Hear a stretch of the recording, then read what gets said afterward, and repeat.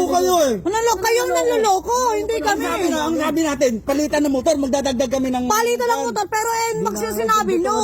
Boss, hindi ako papayag niya. Nang usapan natin, NMAX yung ipapalit nyo sa akin. Ano yung dala nyo, Rusi? Di ba umuho ka? Pinakita ko sa yung picture. Boss, maliwanag yung usapan natin. Eto, tanong yung masawa ko. Oo, sabi nyo kasi, NMAX eh. Ano mo nakakita na? CBR to tapos Rusi? Tatablahin mo kami dito. Pinapunta mo pa kami dito sa lugar nyo. Pinakita ko na sa yung picture ah.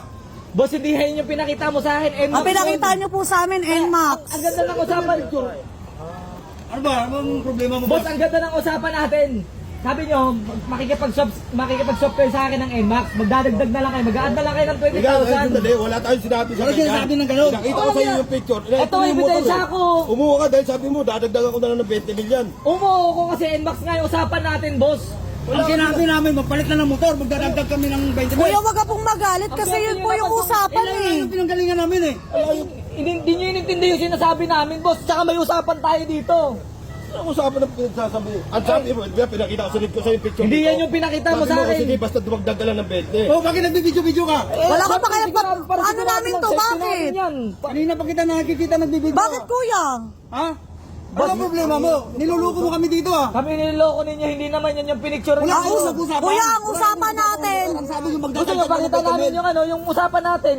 Isi ka na naman yung motor mo ah. Kay second hand yan, CBR yan, boss. Tapos Ano ba papalit yan? sa Rusi. Tingnan mo yung motor nyo, oh. Ng 20. Kahit sa dalhin yung 20 mo, boss, hindi makakabili ng CBR yan. Huwag ka mong mamayabang yan. Tingnan mo yung motor mo. Si kananan. Yabang-yabang mo. Dali.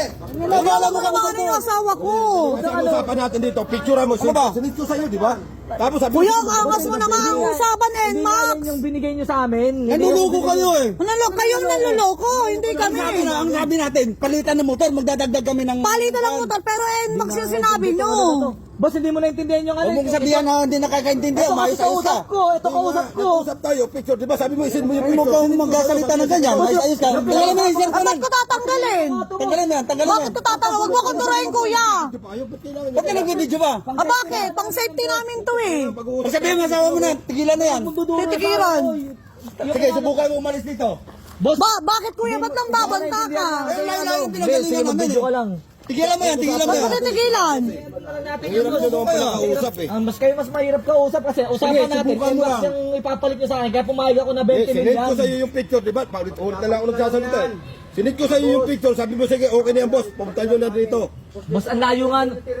Sabi nyo kasi NMAX, boss, ano ba?